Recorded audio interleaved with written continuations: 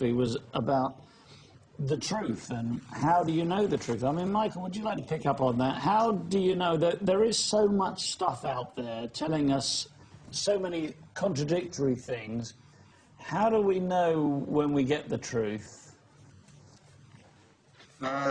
It's a process, and it also involves thinking.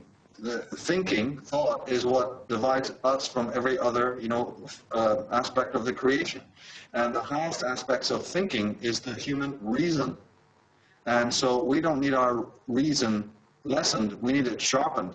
Of course, the great journey of life, the great journey of discovery, it has its challenges.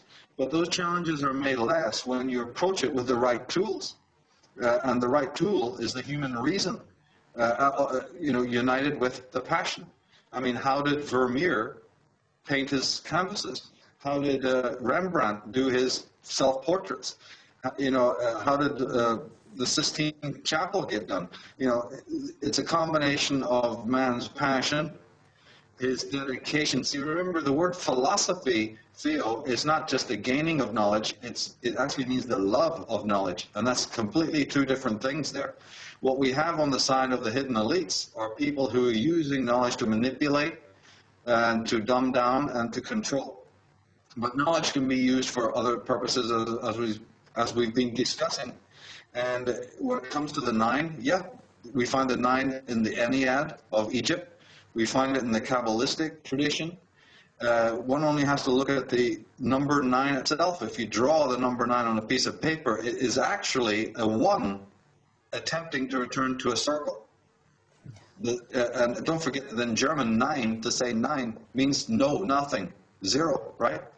So it's a return. It's a Euroboric return, because that's exactly what happens. It's exactly the same thing that Jeff said about the metaphor of the woman giving birth. It's your perspective of how you see it. You can't change the realities of good and evil. They're going to be with mankind forever. What you have charge over, though, is your attitude towards those realities. And that, again, comes from you're either moving from an emotional, limbic point of view, or you're moving from a rational center when you look at these kinds of things. The reason why the 9 gods, how I interpret it, connecting to what we've been talking about with astrology, is that before there was 12 signs, certain cultures had 9 signs. And even within a culture, say you just take the Maya, or say you just take the Druids, like I said, the Egyptians had a 36-house zodiac. So even within the same priesthood, what we have to understand is it didn't use just one universal zodiac. Some zodiacs were broken down, some were expanded, and there was a time, when the zodiac, what we know to be the zodiac, was 9. And just like I've said, even if you have a 12-house zodiac or a 13-house zodiac, what are the houses of the zodiac but mirrors of a single person? They're faces or visages. They're aspects of a single individual. Like Arthur's Round Table was a manifestation of one psyche.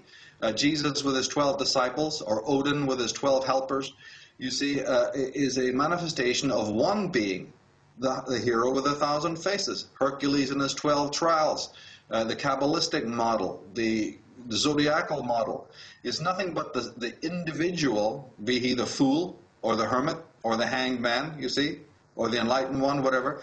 This is a single individual. But these are metaphors, because whatever happens in the individual, the myth's always used an individual, like the hero with 1,000 faces, confronting his shadow, overcoming great challenges.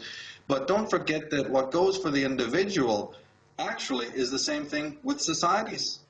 Societies also go through these cycles of the winter cycle and the spring cycle and the summer cycle. Civilizations go through it. This is the key thing that I think underlines everything we've been talking about. That these metaphors are in mythology that were written down in ancient times are the story of the consciousness of men, which exists within the individual on a private level, but is also articulated and it's also, by the way, articulated the planet. I love that anecdote earlier. We were talking about the natural disasters and the fauna, the death of the fauna. You see the whales and the porpoises and all this kind of thing. All of this is connected because, as Wilhelm Reich showed, You know, there is a connection between what goes on in your head, what goes on in your thinking, and what goes on in the world, even affecting climate and even affecting the geosphere. And these teachings, these mysteries, you see, are still only, again, we're starting to get back in touch with what these really mean.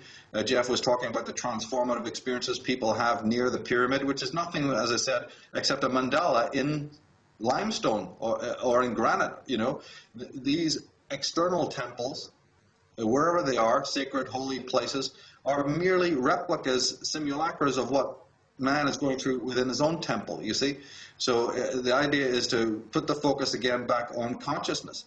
You have the Chilambalam, where the priests are dressed in the jaguar. You know, they use the jaguar symbolism. Doesn't that connect with the priests of Egypt who wore the panther skins? Doesn't that connect with how Jesus was called Joshua ben Pantera? And you'll always see the pharaohs and the high priests dressed, again, very similarly in a jaguar pelt or a panther pelt. You see, the cult of the priest, the cult of the one who understood that it's about personal purification. That individual is then qualified, sanitized enough, sane enough to work with the energies of the earth, to work with the energies of nature, and hopefully then to go on and lead his fellow man to a greater sense of stability and selfhood. But the leaders we've got right now are misleaders. They're the most toxic of the bunch. And we have to be very aware, as I said before the break, about what their strategies are to keep man in that servitude. Or maybe they want to replace the chains of, if you're coming from the Bertrand Russell school, yeah, maybe they want to take away the chains of iron and replace them with chains of gold. Throw us a few more pillows in our cell. And most people, as you can see around in the world, are quite happy to accept that. But I'm not happy to accept that. You know, imprisonment of any kind, psychic or other, is not right. And just because they've given us chains of gold and a servitude, you know, with a smile, they're making us smiling depressives, a tyranny without tears, you know, it does not satisfy me. And so my work, you know, is very much to make people not happy with injustice and not happy with the things that are going on, and to make them realize that they have the power to effect incredible change, not through reaction, but through response, healthy, powerful, empowered response.